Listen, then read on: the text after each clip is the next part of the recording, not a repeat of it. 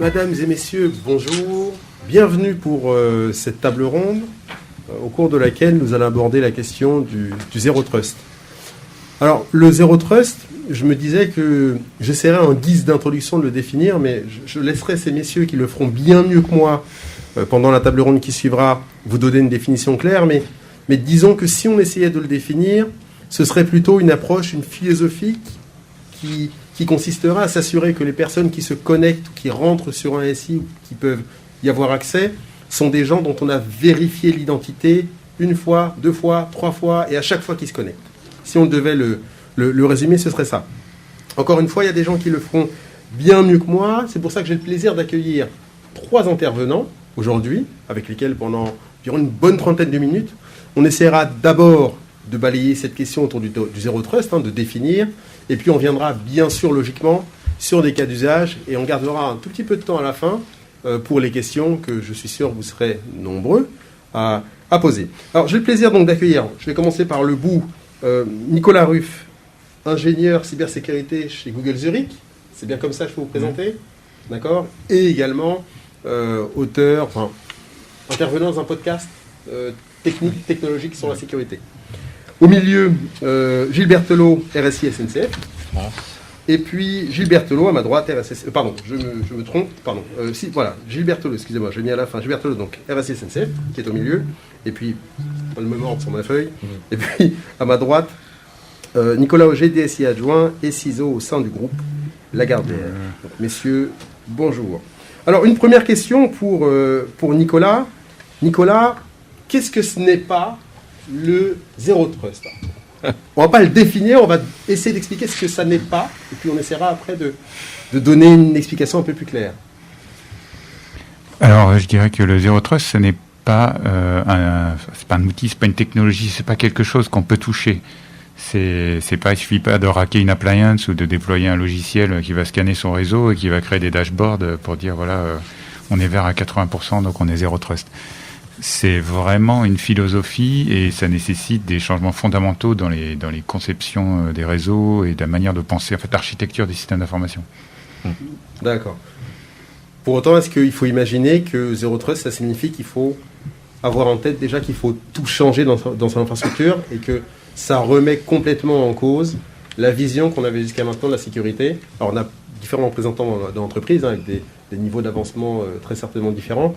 Est-ce que ça signifie qu'il faut tout recommencer ou qu'il faut reposer des bases saines et puis pour mettre en place cette philosophie? Ça dépend de où vous partez. Si vous êtes en train d'aller dans le cloud et que vous montez des clusters Kubernetes et des choses extrêmement modernes, vous êtes de toute façon au point de départ, donc c'est le bon moment pour réfléchir à des architectures Zero Trust.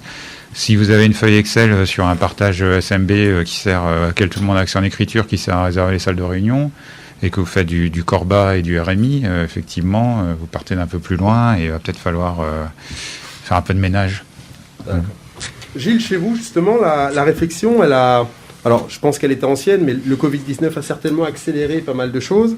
Vous aviez jusqu'à maintenant un protocole IPsec qui, justement, assurait cette sécurité, entre autres choses. Vous avez décidé d'aller plus loin. Est-ce que vous pouvez nous expliquer justement quelles ont été les prémices de votre réflexion sur le Zero Trust? Vous m'entendez bien au fond de la salle? C'est bon? Oui, alors effectivement, la direction Zero Trust a été prise et ce que disait Nicolas est vrai. Avant, on réfléchissait en fait avec des applications dites internes et puis d'autres applications ou services numériques qui étaient externes. Et on ne faisait pas les mêmes contrôles de sécurité. Alors plutôt que Zero Trust Network, on pourrait parler de Trusted Connection, c'est-à-dire une connexion de confiance. Et du coup, ça joue absolument sur les architectures. Alors pourquoi effectivement le Covid nous a incité à accélérer le déploiement de ces architectures? C'est notamment parce que à travers le VPN d'entreprise qu'on avait tous, qui était soit avec une clé physique et un certificat, soit avec une clé embarquée sur le terminal, mais de toute façon avec un certificat, on assurait une connexion, une extension du réseau de l'entreprise à son domicile ou du lieu où on se connectait. Ce qui nous permettait effectivement d'accéder aux applications internes de l'entreprise. Et si jamais on sortait sur Internet, eh bien, on repassait par la passerelle de sortie Internet de l'entreprise. Un gros avantage, c'est que point de contrôle unique. Pour le RSSI, c'était pratique. Point inconvénient, c'est que ça faisait une thrombose éventuellement quand le trafic était supérieur en sortie vers Internet qu'en consommation d'applications internes. Et du coup, avec le déploiement des suites en ligne, comme G Suite ou Office 365, on s'est aperçu que l'essentiel du trafic était consommé par finalement des services qui étaient à l'extérieur de l'entreprise. Et donc, faire rentrer les flux dans l'entreprise, fussent-ils sécurisés, pour ressortir sur Internet, provoquait finalement une thrombose de trafic. Et notamment avec le Covid, on a multiplié les connexions par 30 ou 40. On s'est rendu compte que les infrastructures d'accueil des télétravailleurs ou des travailleurs distants été sous-dimensionnées par rapport à une généralisation du télétravail. Et du coup, on a pris l'option de dire finalement les services Internet qui sont présentés sur Internet comme Office 365, on va faire en sorte qu'ils soient accessibles aux utilisateurs en direct par Internet sans repasser par la maison SNCF, on va dire. Alors les conséquences, c'est quand même important, sans dévoiler toutes les questions, mais ça veut dire qu'il faut s'assurer que c'est bien quelqu'un de la SNCF, qu'il a bien un poste en bonne santé et que c'est bien, qu'il est bien qui le prétend, qu'il a les bonnes habilitations, et seulement après le connecter à un service numérique qui lui-même doit être sécurisé puisqu'il est présenté sur Internet, donc forcément il est présenté également aux hackers. Pardon, d'ailleurs Gilles, quand vous dites qu'il faut s'assurer justement de la personne qui se connecte, le terminal par lequel il se connecte, est-ce que là-dessus, avant, on en parlera avec Thierry juste après, est-ce que là-dessus, avant, il y a une espèce d'enrôlement, une vérification du terminal? Est-ce qu'il est forcément fourni par la SNCF? Parce qu'on sait que dans les différentes entreprises, le matériel n'est pas forcément fourni. Alors jusqu'à maintenant, le matériel était fourni pour les partenaires et on autorisait uniquement des terminaux identifiés comme étant de la SNCF. La nouvelle architecture que l'on déploie vise à autoriser le Bring Your Own Device et l'utilisation également de terminaux d'entreprises tierces, puisqu'on a de nombreux prestataires, mais aussi partenaires qui travaillent au sein de la SNCF et qui ont besoin de consommer des services numériques sans avoir besoin d'avoir 2-3 portables en fonction de leur situation. Donc là, c'est vraiment un assouplissement, voire des économies à terme, puisqu'on a près, nous, de 20 000 portables qui sont dédiés finalement à des prestataires ou à des partenaires. D'accord. Je reviens sur le protocole IPsec. Est-ce qu'aujourd'hui, dans l'ère pré-Covid, est-ce que lorsque vous avez vu qu'effectivement il y a beaucoup d'applications qui étaient consommées de l'extérieur, et ce sera vraisemblablement le cas dans les mois qui suivront également, est-ce qu'aujourd'hui est-ce qu'à l'époque vous avez réalisé que justement l'IPsec ne correspondait plus à cette nouvelle donne? Est-ce qu'en gros, il devenait, je vais le dire simplement, est-ce que ça devenait dangereux finalement pour le SI d'entreprise? Est-ce qu'on peut aller jusque-là? J'exagère un peu, mais... Oui, en fait le protocole IPsec il est sécurisé, il est pas remis en cause dans son concept ni dans son protocole. Le problème c'était dans son dimensionnement et sa capacité à délivrer le service tel que c'est pas le protocole, c'est l'architecture qui faisait qu'on ramenait tous les flux à la maison pour ressortir. C'est ça qui provoquait finalement une saturation de nos liens réseau, avec parfois des coupures par saturation de nos équipements qui ne suivaient plus le trafic. D'accord. Thierry, chez vous, quel a été le déclencheur de cette réflexion autour du Zero Trust? Est-ce que déjà vous pouvez nous expliquer, alors ce serait intéressant à savoir pour les gens qui nous écoutent, à quel type de population vous avez affaire déjà, parce que c'est quand même relativement varié chez vous, et à partir de ce constat-là, nous expliquer comment vous avez réfléchi et puis par la suite implémenté ces stratégies Zero Trust au sein de votre entité. Alors en fait, on a eu un challenge à adresser qui était lié à une activité qui s'appelle Spectacle chez nous. Ce sont des gens qui gèrent en fait les salles à Paris et en province, type Folies Bergère, Bataclan, Casino de Paris et autres. Ce sont des gens qui sont très nomades. Ce sont des gens qui sont pénibles parce que forcément ils travaillent la nuit et ils travaillent le week-end. Et historiquement, en fait, chaque salle avait installé en fait ses moyens, que ce soit des moyens liés à la billetterie ou que ce soit en fait des socles applicatifs. Et forcément, ce qui générait à chaque incident la nécessité en fait d'intervenir au bon endroit et de pouvoir en fait résoudre en fait ces soucis-là. Dans le cadre des détourages là qu'on est en train de gérer côté Lagardère, je me suis dit mais ces gens-là en fait ils sont aptes aujourd'hui à utiliser pleinement des capacités cloud. La seule chose, c'est qu'il faut bien considérer leur profil, il faut bien considérer ce qu'ils vont en fait avoir à faire, et de ce fait créer un modèle qui soit 100% cloud, histoire qu'on n'ait plus de moyens en fait sensibles qui soient posés dans les salles, quoi. Et donc on est parti dans cette réflexion-là et on a regardé en fait comment être capable de gérer tout ça et on est vraiment parti dans ce modèle. Et ce qu'on s'est dit, c'est que le but c'était aussi de pas multiplier les technologies, c'est de rechercher en fait l'interopérabilité en termes de solutions et être certain que on puisse avec les ressources associées à l'activité gérer ça correctement. Parce que chez vous, les Zero Trust, ça ne signifie pas forcément ajouter une couche de logiciel supplémentaire. C'était vraiment peut-être homogénéiser ce que vous aviez. C'est un petit peu ce qu'évoquait Nicolas, c'est de dire que toutes ces briques en fait qui composent le Zero Trust, on en a besoin par défaut. C'est-à-dire quand vous décidez de migrer un SI complètement en fait vers le cloud en vous disant je veux plus rien chez moi, mais quand je dis je veux plus rien chez moi, c'est que j'ai même pas un serveur Active Directory en fait. Je suis vraiment complètement cloud et toutes mes applications en fait migrent côté cloud, quoi. D'accord. Est-ce que ça, quand on pense cloud et qu'on pense c'est que le cloud, pour une bonne partie, ce sont des services et des serveurs sécurisés, ainsi de suite. Est-ce que c'est pas antinomique quand on parle de sécurisation, de Zero Trust et qu'on parle de cloud? Est-ce que quelque part, on se met pas en situation où ça, potentiellement, ça peut créer quand même des problèmes? Alors, ma réponse n'aurait pas été la même il y a 2 ou 3 ans, et aujourd'hui, parce qu'on l'a fait là, et on a terminé ça en fait au mois d'août, mais ça on reviendra là-dessus après, on sait le faire. Il faut juste être prudent, il faut juste vérifier les choses, il faut aussi avoir des discussions en fait avec les acteurs du marché concernés pour vérifier les niveaux de maturité, pour voir si effectivement ça fait bien le job, et à partir de ce moment-là, en fait, vous pouvez le gérer correctement. Il y a un prérequis à ça qui est vital et qui, pour nous, était hyper impactant, et du fait justement de l'organisation de ce type de métier, ils ont beaucoup d'intermittents du spectacle, et quand vous voulez faire du Zero Trust, il y a un paramètre vital, c'est la gestion de l'identité. Il faut qu'elle soit exhaustive, il faut qu'elle soit propre, et il faut qu'elle vive. Et ça a été le premier en fait sujet, en se disant comment on fait, quels sont les processus en fait qu'on retouche, mais avec l'ensemble des métiers concernés. Ça passe par un modèle d'entrée-sortie somme toute standard qu'on a tous, mais hyper adapté en fait au contexte, et qui va vous permettre après de faire vivre la technologie correctement. D'accord. Gilles, est-ce que chez vous, vous avez fait évoluer cette question de la gestion d'identité justement, dont vous avez parlé tout à l'heure, en partie? Est-ce que vous avez fait des aménagements justement pour que ça corresponde un peu mieux avec la nouvelle vision de la sécurité que vous avez implémentée?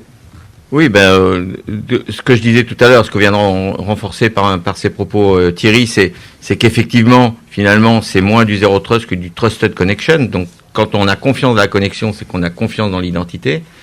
Pour ça, le déploiement, par exemple, de solutions de type MFA, Multi-Factor Authentication, c'est quand même une garantie supérieure pour être sûr que l'identité du connecté est bien celle qu'il prétend. Et également, au niveau des applications, il s'agit de les protéger comme elles sont présentées sur Internet. Mais je dirais, quand vous vous connectez à votre banque fait du Zero Trust applicatif quand il vous présente vos comptes et votre capacité à faire des virements. C'est pourtant une application qui est très sensible, mais qui est sécurisée entre le poste de travail, l'identité de celui qui l'utilise et le serveur qui distribue le service numérique. D'accord. Nicolas, chez vous, ça prend quelle forme? Enfin, pas dans votre maison, je veux dire, mais chez l'entreprise au sein de laquelle vous travaillez, ça prend quelle forme? Ma banque, c'est UBS, et effectivement, c'est assez sécurisé. Effectivement.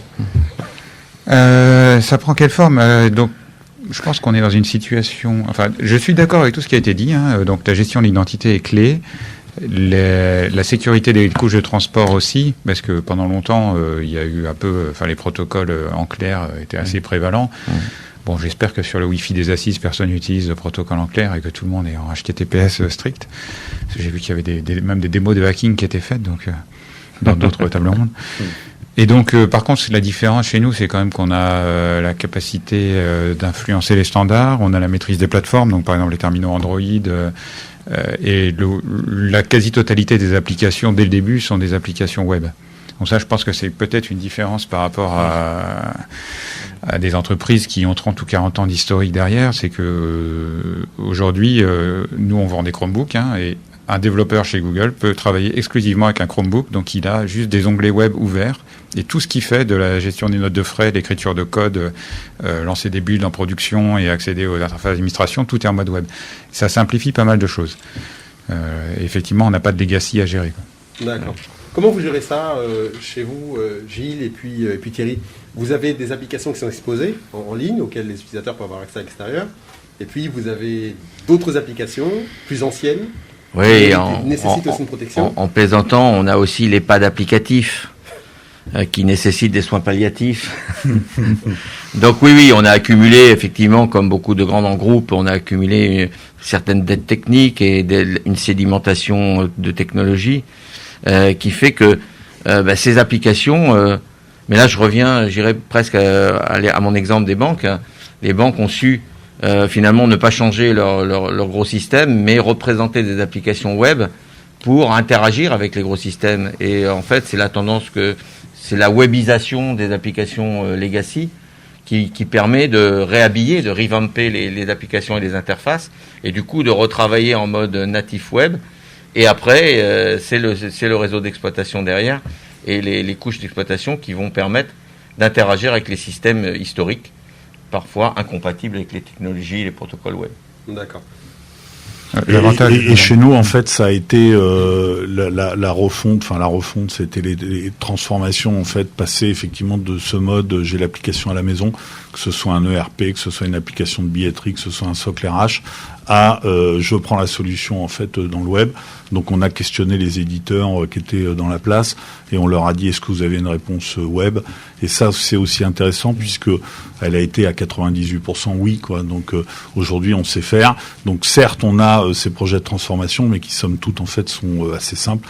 Quand vous prenez un Sedge et que vous migrez vers un Sedge web, ils savent vous migrer votre base et pareil.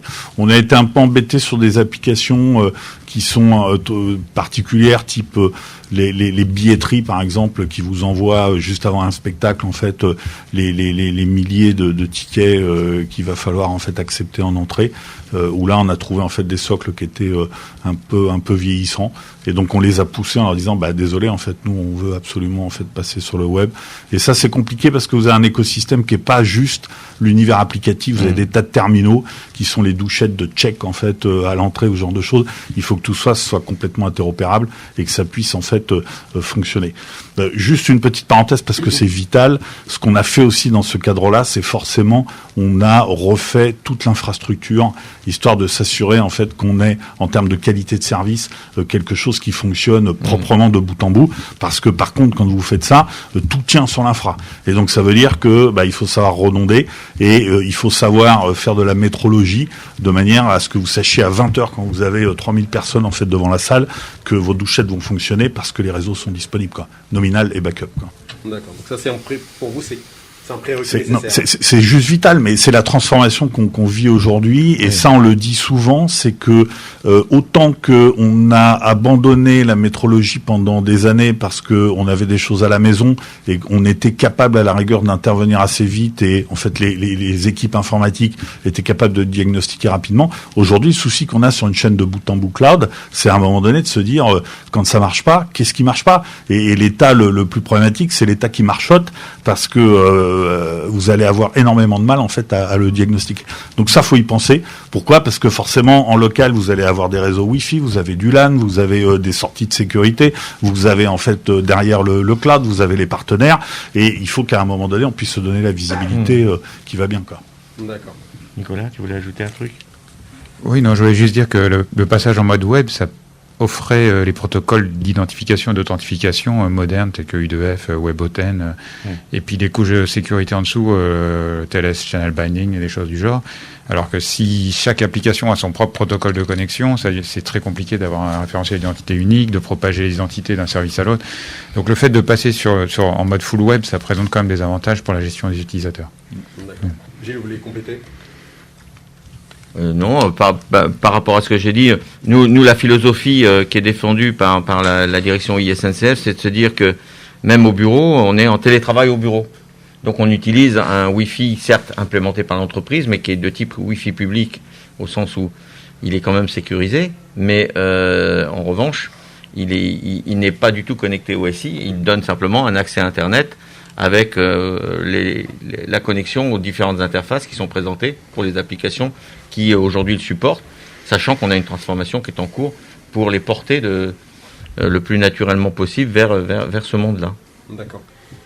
Thierry, un mot sur la solution que vous avez utilisée. Vous avez parlé cloud tout à l'heure. Est-ce que vous pouvez nous dire un mot sur l'outil que vous avez utilisé et comment justement vous avez fait en sorte de l'adapter avec les modules qu'elle propose? Bon, c'est Office 365, pour ne pas le citer, mais avec les modules justement pour faire en sorte que, au-delà de ce qu'on trouve sur étagère, ça réponde vraiment aux besoins qui sont les vôtres, sachant que voilà, les salles de spectacle, le soir, pas forcément besoin d'un SI permanent, et ainsi de suite, avec toutes les problématiques que vous avez exposées il y a quelques minutes. C'est ça. Alors, effectivement, bonne question. Et comme je vous le disais tout à l'heure, c'est essayer de cibler en fait des socles les plus complets possibles qui vont vous apporter en fait tous les petits modules, ceux qu'évoquait Nicolas tout au début là, et qui sont la valeur en fait de ces solutions Zero Trust, et avec en fait l'interopérabilité qui va bien.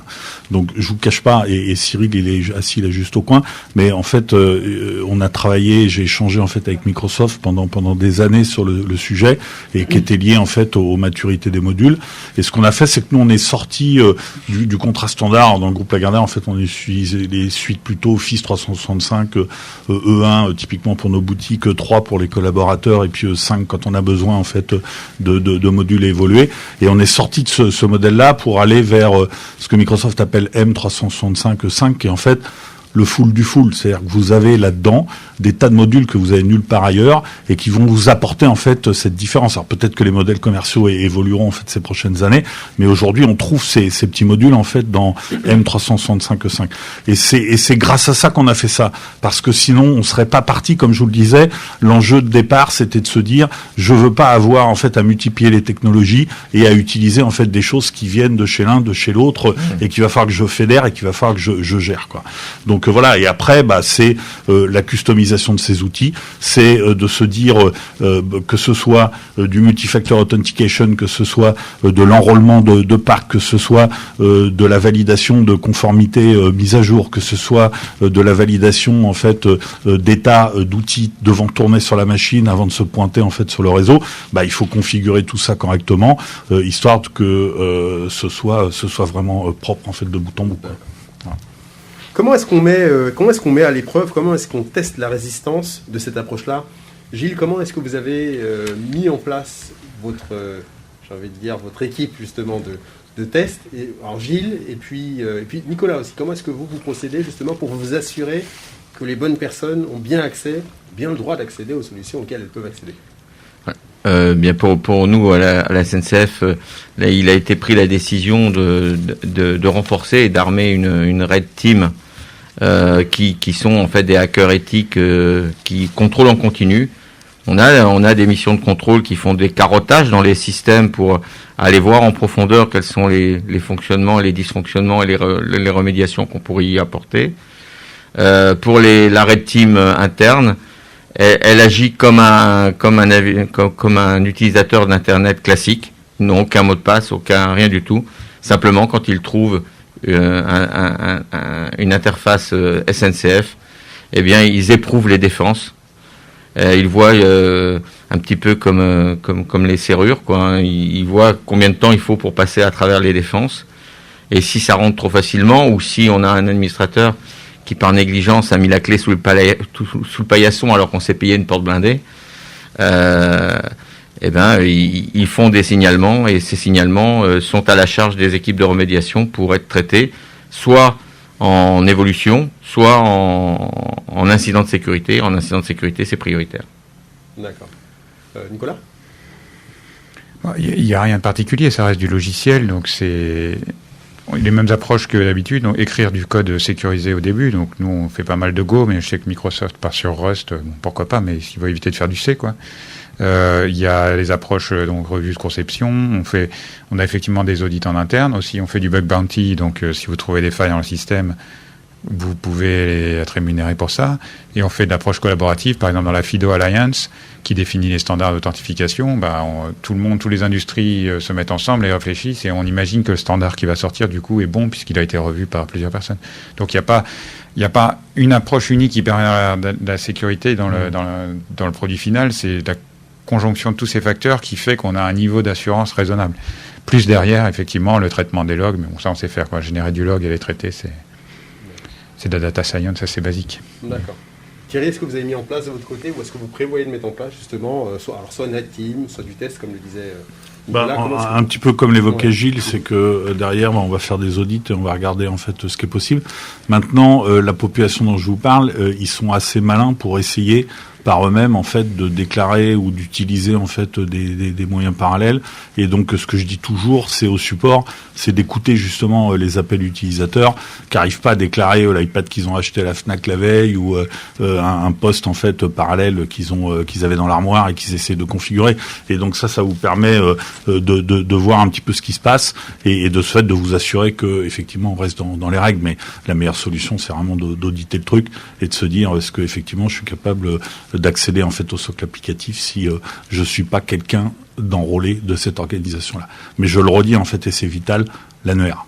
Et qui est valable en fait sur l'ensemble des socles applicatifs parce que derrière vous allez ouvrir des connexions en fait en SSO vers les socles applicatifs, donc vous êtes certain que ce sont bien des gens de votre organisation, mais il faut juste que ce soit géré correctement, quoi.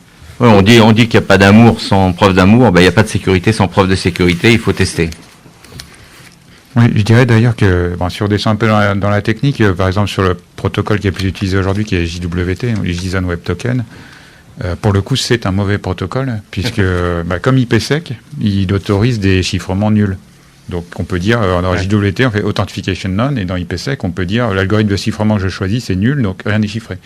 Et donc effectivement, il y a quelques astuces à connaître comme ça, mais si vous avez des experts en sécurité au goût du jour, ils connaissent tout ça. Par contre, c'est effectivement, si vous avez des gens qui font du pentest à l'ancienne et qui ne sont pas mis au fait des nouvelles technologies, effectivement, ils ne vont pas trouver de failles dans des architectures Zero Trust parce que c'est juste complètement différent.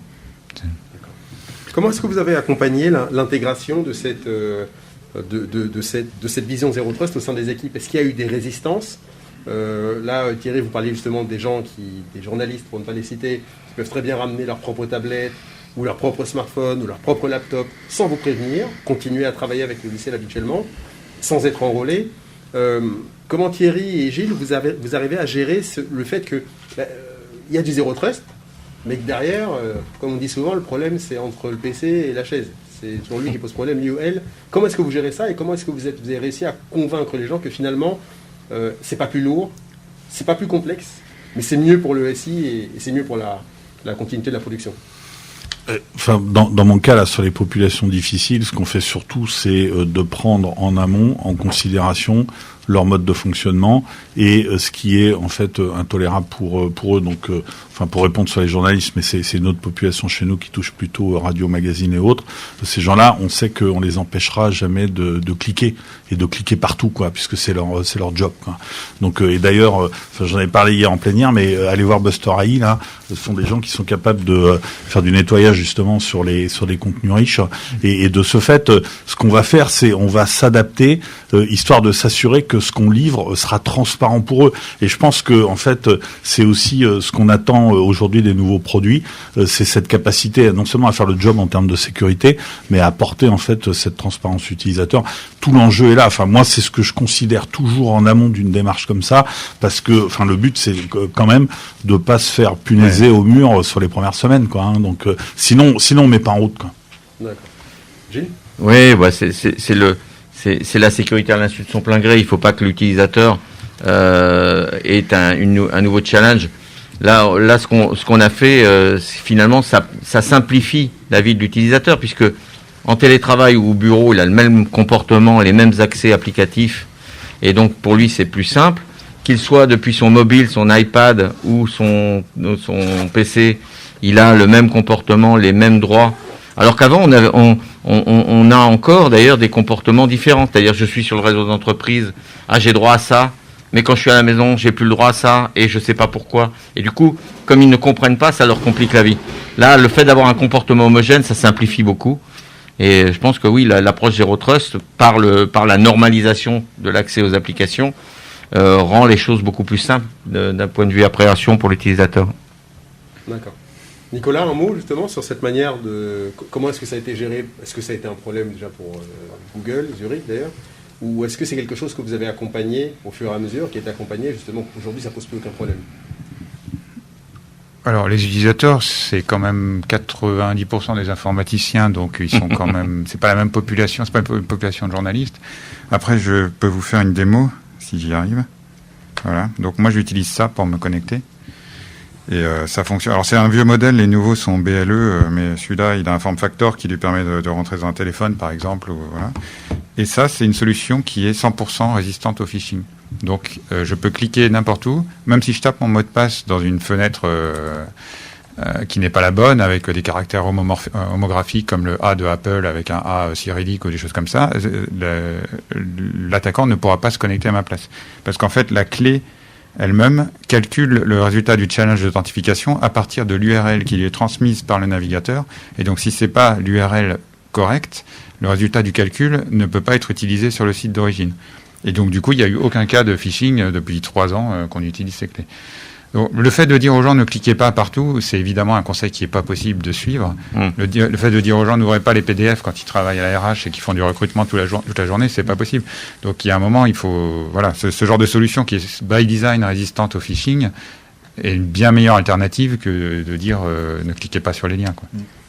Donc, ça signifie en gros que malgré tout ce qu'on a dit, tout ce qu'on voit et tout ce qu'on voit comme solution, si on veut sécuriser un peu plus, si on veut ajouter une couche supplémentaire, il faut peut-être ajouter un moyen matériel, un outil matériel. Oui. Ah ben, de toute façon, le Zero Trust, il faut une identité forte. Donc l'identité du téléphone, elle est par le certificat qui a été déployé dans le TE à l'enrôlement, et l'identité de l'utilisateur, c'est par la clé qui lui est donnée. Et donc avec ces deux facteurs qui sont pas inviolables, mais disons beaucoup plus difficiles à pirater qu'un mot de passe trouvé sur un dump sur Internet, ou même des systèmes par SMS qui... si on tape le SMS sur le mauvais site, si on tape le code de confirmation sur le mauvais site, l'attaquant peut s'en servir pour se reloguer à notre place. Donc, je ne vais pas parler des attaques par interception de trafic, GSM, etc. Parce que ça reste quand même d'un assez haut niveau. Mais le simple fait de faire un site de phishing et de demander un code à usage unique, un OTP ou un OTP type RSA, vous savez, les clés avec les affichages ACD là, ou un SMS envoyé à l'utilisateur, ça c'est quelque chose qui n'est pas résistant au phishing. D'accord.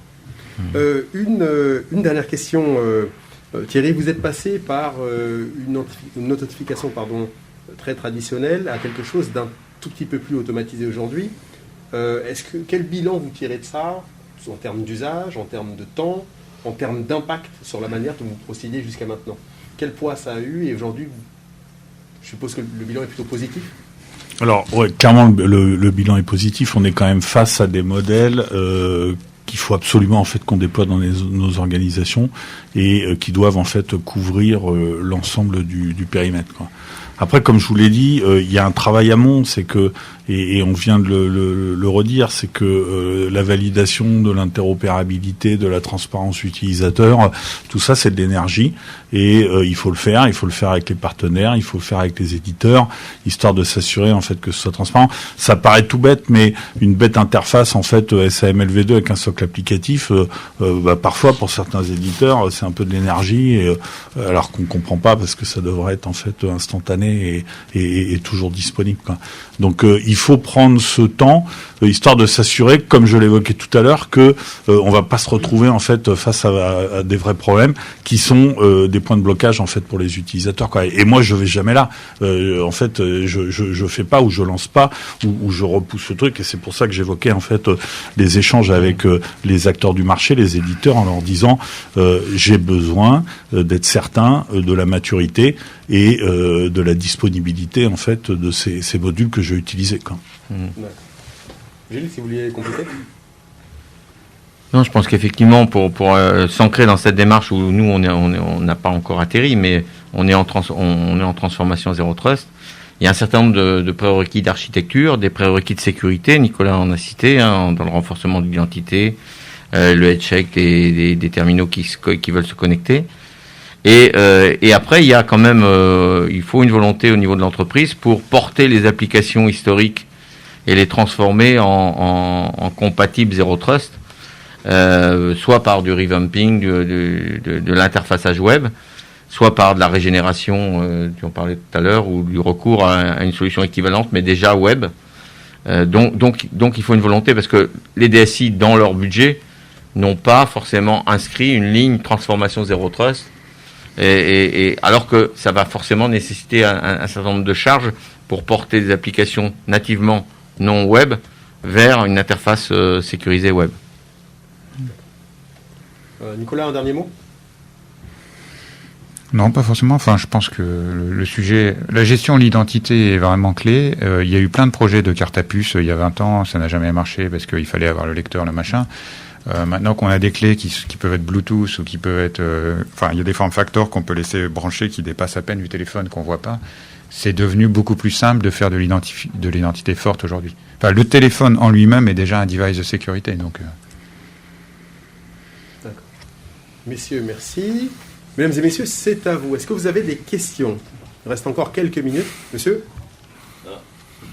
Moi j'en ai une que je trouve que je vais vous provoquer un peu. Ça m'étonne de toi. On se connaît un petit peu. Le titre de la conférence était Zero Trust Buzzword de réalité. J'ai toujours pas la réponse à la question. Nicolas, tu disais fort justement, le Zero Trust, c'est un truc qui se touche pas, qui se matérialise pas, c'est pas une appliance qu'on rajoute. Et en fait, vous avez mené deux projets qui sont super intéressants, donc migration vers Office 365, changement de son architecture et webification des applications en introduisant du renforcement d'identité avec effectivement des choses qu'on aurait aimé avoir avant quand tu parlais des cartes à puce. Pour matérialiser un peu ça, qu'est-ce que tout ce buzzword autour du Zero Trust, qu'est-ce qu'il a amené, qui vous a permis de faire vos projets, que vous n'auriez pas fait sans ? Je dirais qu'en miroir de ta question, on a un autre buzzword qui nous a titillé depuis des années maintenant, presque 10 ans, c'est le cloud, où tout le monde avait sa définition, tout le monde avait son approche, et aujourd'hui tout le monde y est ou quasiment. Donc je pense que oui, Zero Trust Network, Nicolas l'a dit en introduction, c'est effectivement rien de matériel, c'est juste simplement une approche et une philosophie qui est de dire vos services numériques, ils doivent être accessibles à travers des réseaux banalisés, des réseaux de collecte banalisés, sur lesquels vos utilisateurs doivent pouvoir se connecter de n'importe où et avec n'importe quel terminal, sans concession à la sécurité. Et quand on a dit ça, on a un petit chantier quand même. Je vous laisse compléter. Non, mais en fait, de mon côté, c'est ce que ça nous a apporté, c'est juste aujourd'hui. Alors, on n'est jamais sûr en fait complètement et à 100%, mais par rapport à un univers où j'avais en fait des gens qui manipulaient des comptes, donc des comptes login password pour des tas d'univers différents, des connexions en fait à travers les VPN qui étaient différentes en fait d'un site à l'autre. Enfin, c'est une transformation en fait complète, et comme je vous l'ai dit, avec de la technologie qui était installée dans les salles, qui était juste en fait un cauchemar, quoi. Donc aujourd'hui, on a, c'est vrai, on a simplifié énormément, et autour de la suite M, là, comme je vous expliquais, on a tous ces modules. Oui, il faut passer du temps pour configurer, et il faut faire très attention à ça. C'est que pas penser que le module est là en fait et que ça suffit. C'est que effectivement, il faut s'assurer que ce soit bien configuré. Mais au final, quand vous avez fait ça, enfin, il y a quand même un sentiment de tranquillité. De toute façon, ce que je me dis, c'est que par rapport à l'état initial de ce SI-là, ça a plus rien à voir, quoi. Ça a plus rien à voir, quoi. Est-ce qu'il y a encore une autre question, monsieur ?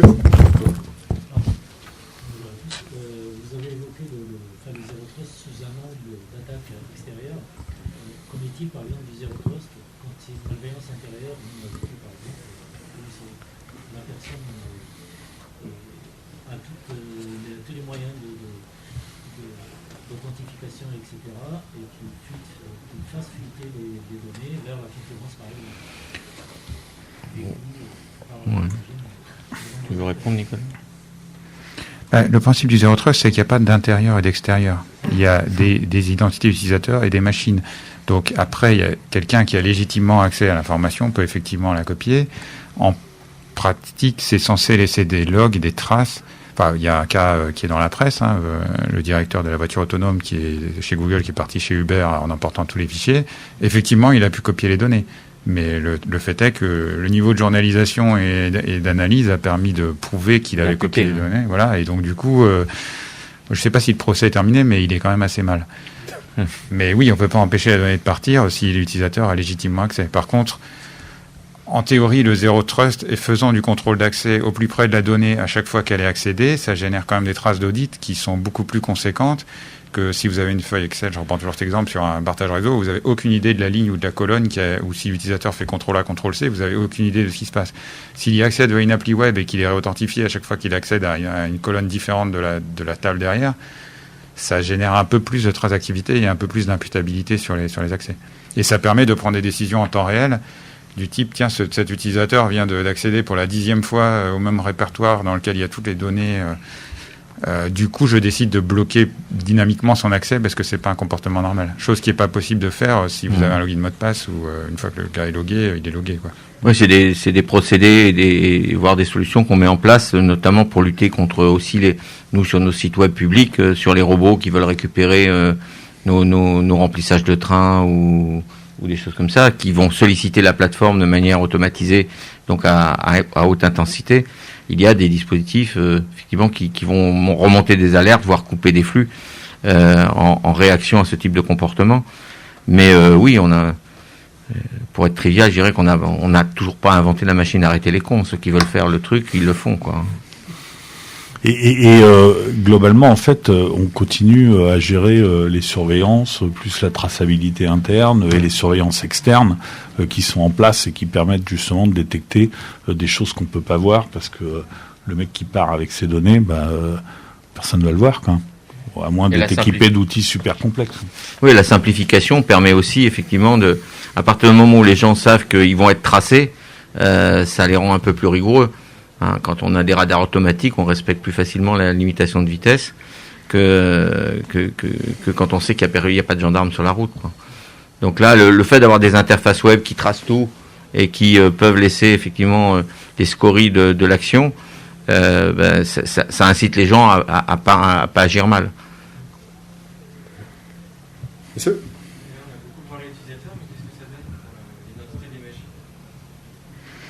Alors ça aussi, c'est un sujet qui est en cours de travail. Donc, chez Google, l'implémentation du Zero Trust s'appelle BeyondCorp.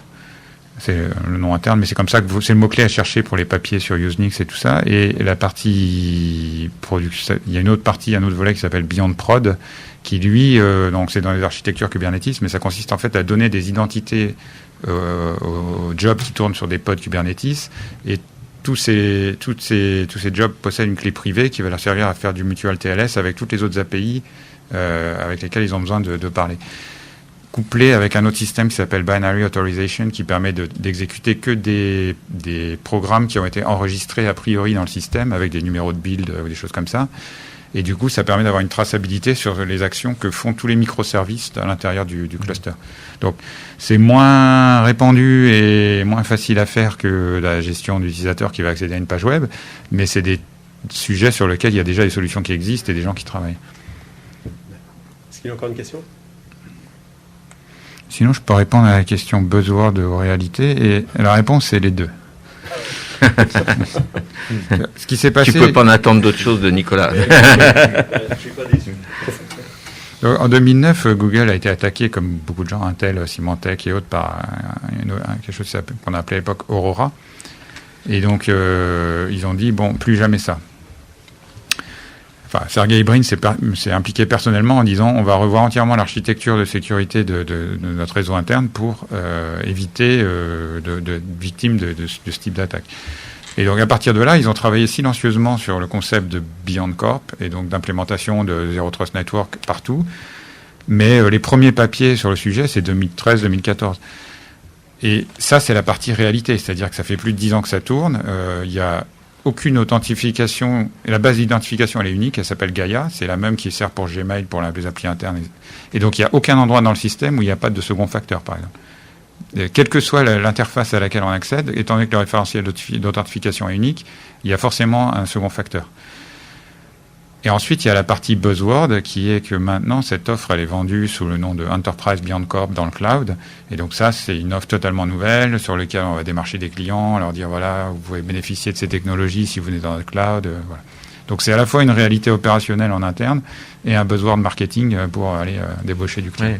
Oui. Comme le cloud. Oui. Et je pense que ce sera le mot de la fin. Messieurs, merci beaucoup pour la qualité de l'intervention. Et mesdames et messieurs, bonne journée, bon week-end. On vous applaudit d'avoir été présent à cette fin de journée. Voilà. Et pensez à prendre des magazines en sortant, ils sont là pour vous.